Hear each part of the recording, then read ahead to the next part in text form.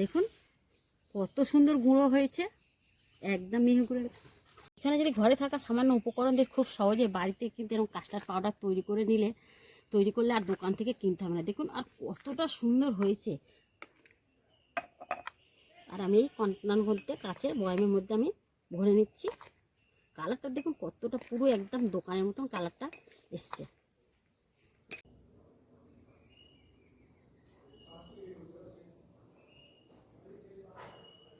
হরে কৃষ্ণ বন্ধুরা, আজকের হচ্ছে নির্জলা পাণ্ডা একাদশী। আজকের আমি আপনাদের কোনো রেসিপি দেখাবো না, আজকের আপনাদের দেখাবো আমি খুব সহজেই কিভাবে ঘরে তৈরি করা যায় ঘরোয়া উপকরণ দিয়ে কাস্টার্ড পাউডার। সেই পদ্ধতিটা আপনাদের সাথে শেয়ার করব। চলুন কীভাবে এই কাস্টার্ড পাউডারটা তৈরি করি, আপনারা পুরো পদ্ধতিটা দেখতে থাকুন ও আমার সঙ্গে থাকুন। আশা করি আপনাদের ভালো লাগবে। ভালো লাগলে অবশ্যই আমার চ্যানেলটাকে সাবস্ক্রাইব করে আর প্রচুর বন্ধুদের সাথে শেয়ার করবে। চলুন তবে শুরু করা যায়। বন্ধুরা এখানে দেখুন কাস্টার্ড পাউডার করার জন্য আমি এখানে নিয়ে নিয়েছি চিনি প্রথমে, আর এখানে নিয়ে নিয়েছি শিলনোড়া। প্রথমে চিনিটাকে আমি গুঁড়ো করে নেব।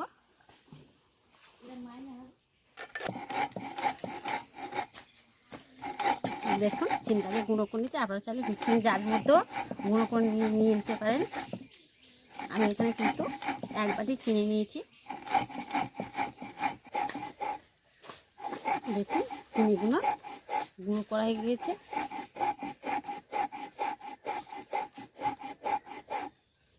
দেখুন এখানে চিনিগুলো গুঁড়ো হয়ে গেছে। এবার একটা জায়গার মধ্যে আমি চিনিগুলো তুলে নেব।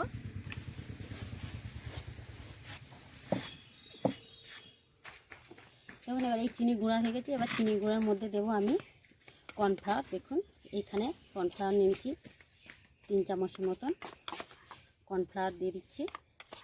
কর্নফ্লাওয়ারটা কিন্তু দিতেই হবে। এখানে দেখুন 3 চামচের মতন আমুল দুধ নিয়েছি। আমুল দুধটাও ঢেলে দেবো। আমুল দুধটা দিলে কী হবে, কাস্টার্ড পাউডারটা কিন্তু খুবই সুন্দর লাগবে। দেখুন কাস্টার্ড পাউডার কিন্তু একটু মানে হলদে কালার, সেই জন্য আমি ইয়েলো একটু ফুড কালার নিয়ে নিয়েছি। এই ফুড কালারটা এর মধ্যে দিয়ে দেবো। দিয়ে আমি কাস্টার্ড পাউডারগুলো ভালো করে একটু মেখে নেব। দেখুন বন্ধুরা আমি 3টে উপকরণ একসাথে মাখিয়ে নিয়েছি।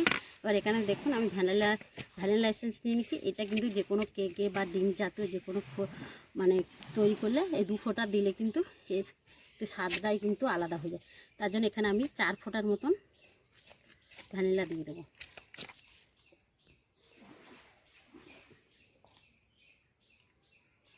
দিয়ে এবারে সব একসাথে ভালো করে মাখিয়ে নেব। এটা কিন্তু পড়ে গিয়েছে অনেকখানিটাই।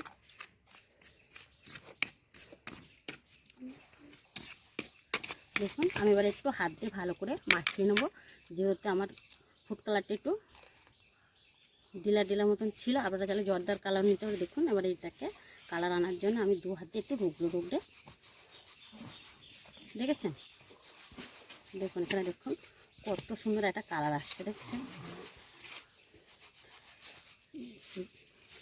কাস্টার্ড পাউডারের যে কালারটা ঠিক সেই কালারটাই চলে আসবে। একটু এরকম হাতের তালুর মধ্যে ঘষে নিলে আর খুব সহজেই কিন্তু এই কাস্টার্ড পাউডারটা বাড়িতে তৈরি করা যায়। দোকান থেকে কিন্তু এখন দোকানে কিন্তু এটা তো অনেক দাম।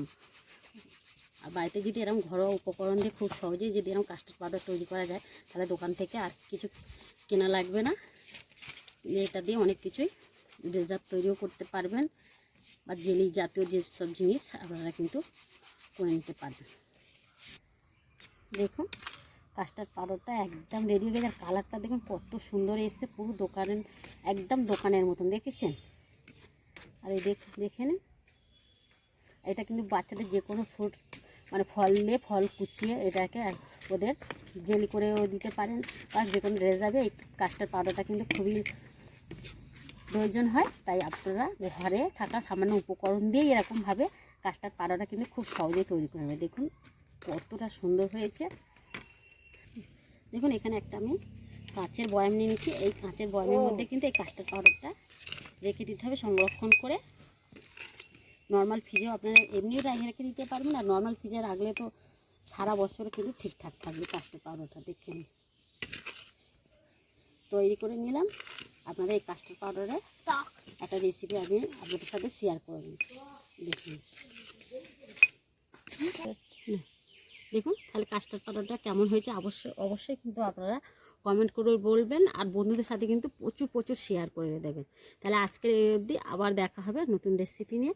ভালো থাকবেন, সুস্থ থাকবেন, নমস্কার।